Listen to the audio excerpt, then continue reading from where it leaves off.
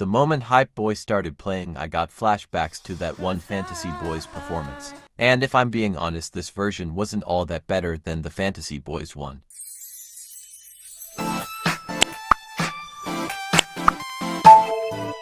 Hello guys, welcome to the first ever Project 7 recap. You guys have voted for Project 7, so today we'll be covering both episode 1 and 2 since they released at the same time. Before we start, let's go over what's happening with the fandom and hype for this show. The hype so far is very mediocre, not bad but definitely not Boys Planet level. I definitely see a lot of Majing Xiang and Andy posts on my timeline, but not much for any other trainees. This will definitely change in the future, but so far I think the hype is okay. Anyways, let's get into it. If you count the episodes released as one single episode, episode 1 is a total of 4 whole hours, which is kind of crazy. There's a lot to cover and some stuff I may miss or not include, but feel free to comment and talk about anything you'd like in the comments. The episode starts with an intro of Soo-hyuk claiming the show is very different compared to others. The two main words used to describe the show is assembly and fortification. However, I'ma be completely honest, the more he talked the more it sounded exactly the same as every survival show in existence. After more intro we get the voting instructions.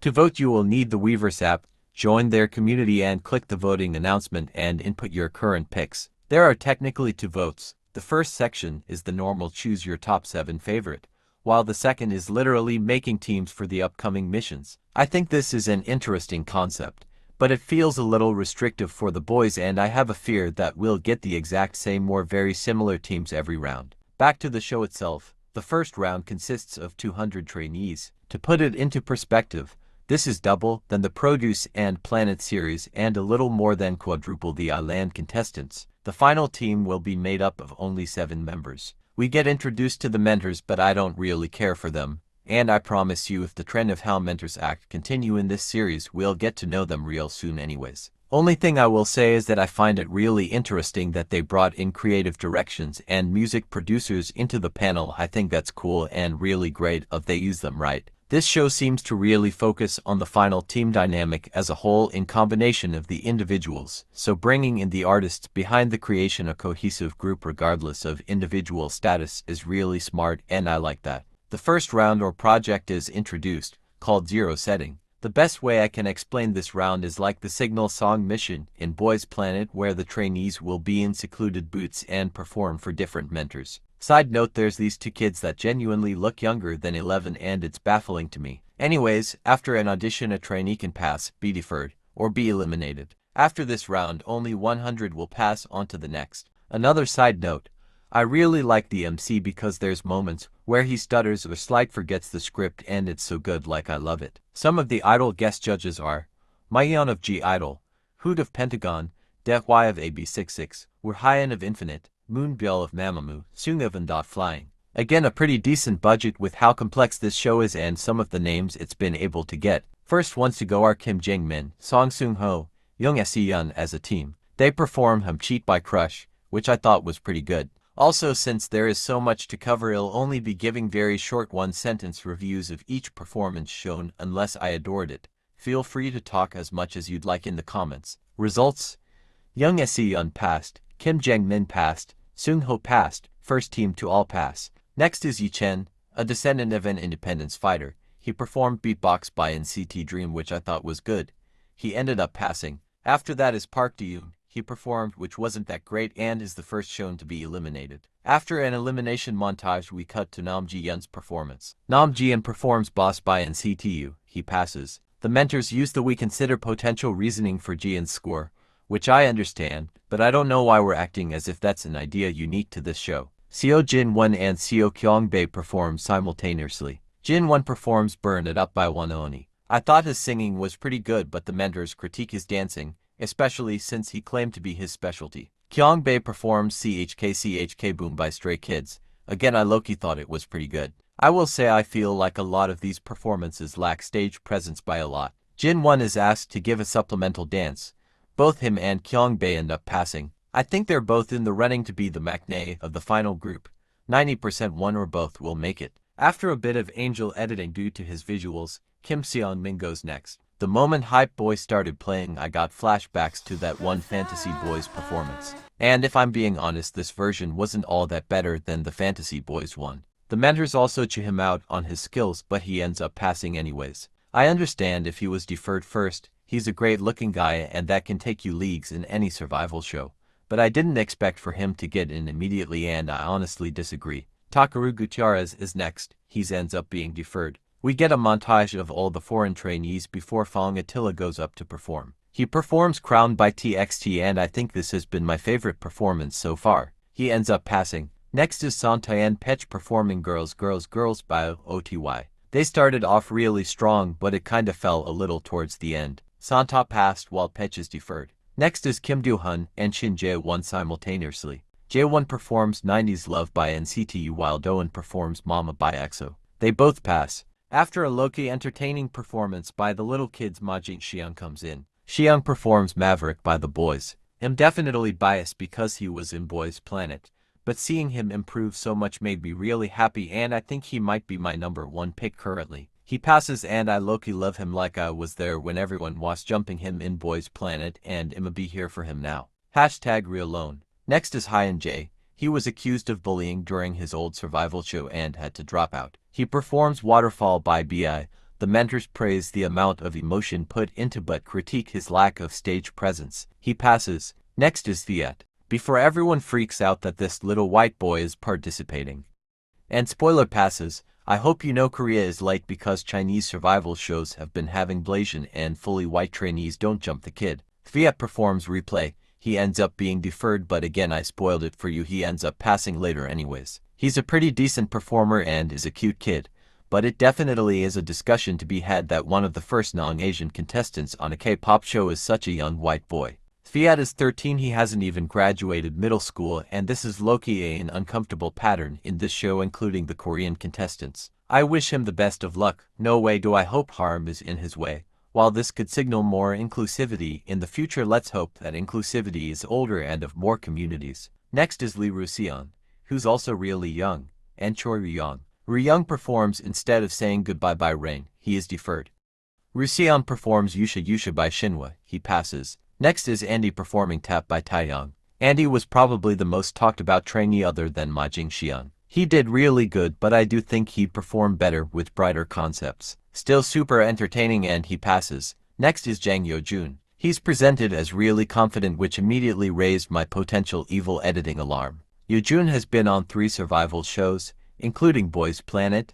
It's also revealed that after Gun-wook's debut in ZB1, the Jellyfish boy group plans fell apart due to internal issues. His debut in Mystic Story also fell through. He performs Maniac by Stray Kids, which I thought was great despite some mistakes, and passes. Next up is Si-hoon as well as Kang Hyunwoo. Both have been on multiple survival shows. Hyunwoo performs Wonderland by ATEEZ and passes. Si-hoon performs Supernatural by New Jeans, is criticized for not really enjoying it but passes. Next is Kenshin and Soda performing Candy by H.O.T. Kenshin passes and Soda is deferred. After a couple of eliminations, performs Euphoria by Jungkook and passes. Next is Junseo, Jaemin, Newson, and Youngseo performing Jopping by Super. Mentor Ryan ends up crying since he's worked with them before. They all pass. In the end of episode 1, or part 1, 70 people pass and 30 of the remaining deferred contestants pass to make the final number 100. With that, episode 1 is done.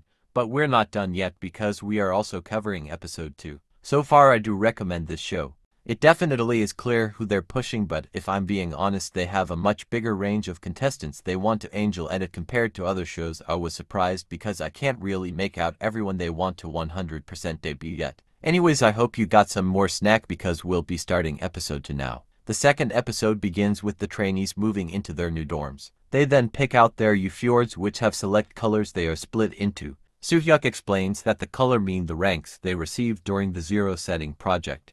Yellow is S rank, blue is A, pink is B, and gray is C. The second project is introduced as the title song or the signal song Run Up to You. Again, it's literally just like any signal mission. The highest scoring will be at the top and the highest trainees will be center, etc., etc. The lowest scores will not be able to stand on stage. This project will have 5 teams assembled by the trainees themselves. The trainees can pitch themselves so they can be chosen, which Jeon Min-wook does. Since the boys couldn't decide, they end up appointing Min-wook as leader. Minwook gives huge Juwang vibes to me, and I definitely see him being a main focus during this show. In the end, P1 or Team 1 had the highest ranks overall, and like always everyone was calling them the Avengers. The next leader is Seungmin, who tried recruiting dancers into his team. Side note, them giving Seungmin S rank is genuinely going to lead to so much hate and anger towards him.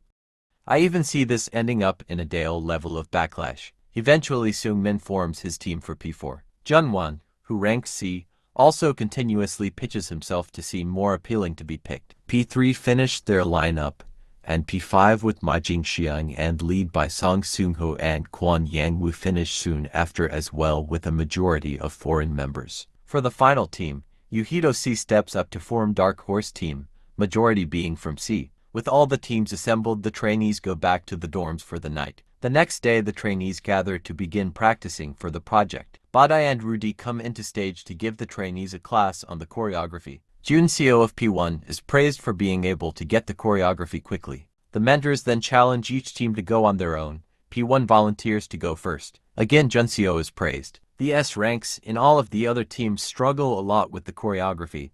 The next ranks follow in showing their choreography. Yura and Ding Hua from C ranks do really well and are also praised, which I just think goes to show the ranks were for sure not entirely on talent and what we saw on the Zero Setting project. The next class is singing, where P5 struggled the most due to being mostly foreigners and are considered the weakest team. During the singing practice, and Junwon from C stands out the most and is praised for his singing. Young Hyan and Hyan Woo from P1 also do really well. Before the class is over, it's announced that trainees will submit videos of their performance and those will all be scored by the next day. Those scores will be added to the overall team score. We then cut to the team rehearsals. Junseo is chosen as the leader for P1. Practice goes well for the most part, but Hyan Woo is hanked to participate due to having a foot cast. Junseo assigns Minseo to lead the overall time while he helps those that are struggling a little more. After a couple more rounds of practice, we cut to P5's rehearsal. Yongwoo and Yichin volunteer as leaders, with Yichin winning majority vote. Yichin decides to focus on vocal and lyrics first, splitting his group into smaller ones so they can practice. Yunseo helped the most with the pronunciation of the Farig trainees in his group. Yichin decides to not work as a big group at all and focus on individual since it's an individual battle. This is something Yangwoo has a problem with. 2 hours passed and the trainees had not touched the choreography at all. Even when they do, Yuchen isn't depicted as the best teacher, with Yangwoo stepping in sometimes to teach the team. Towards the end, Yangwoo takes over dance while Yuchen practiced the lyrics alone. Overall, Yuchen really wants to focus on singing, and just isn't depicted in the best light. We finally cut to the next team, P4, where they choose Seungmin as the leader. During rehearsal, Seungmin, Juyong and Yoongsu struggle with learning the choreo, but Yura steps in to help with what they're struggling on. Overall, the team morale is really good and everyone takes a role in helping the team with whatever they need. Seungmin does a good job taking care of everyone and their morale, so he definitely is doing a good job with what he can. During interim checks, the team struggled to stay on beat and be in sync with each other. Seungmin especially is criticized for his skills as leader and overall. After the check, Yoonsu, Seungmin and Juyong are critiqued the most, leading to their confidence decreasing a lot and feeling they're impacting the team negatively.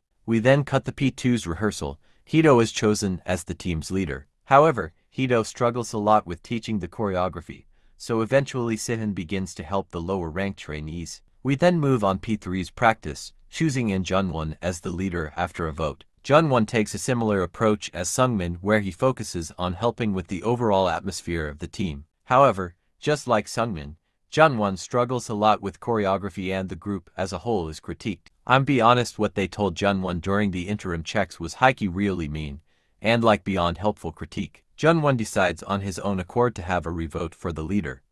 The members apologize for not understanding the role and putting Junwon in a position to fail. Noel is then chosen as the new leader. We then begin the video assessments, except we don't because that's the end of this episode. We get a preview of the next episode and we are officially done. Overall, both premieres were great, they were entertaining. I actually feel like I got to know a lot of trainees, which is rare for many premieres, and I didn't get bored watching it. I will say, however, there was genuinely no reason for the 2 episodes to be released together, like none at all. On one hand, it does mean we get to the actual interesting projects sooner, but dude, the premiere is almost 5 hours long. I'm okay, bro. I still really recommend you watch it, but I will warn it's clear who JTBC wants their top 20 to 30 contestants to be, but if I'm being honest, I don't mind that. It's still a wider range than most shows, and they still give trainees that are not popular a lot of screen time, especially when they take leader positions. The editing is also very enjoyable. The sets are so pretty and the concept is very pleasing, and for one, the trainees aren't depicted as cartoonish villains. When there's conflict, it makes sense. The members' frustration makes sense, but the perpetrator's point of view is also shown, and it was low-key really surprising. Anyways, leave your own thoughts in the comments and I'll see you next week.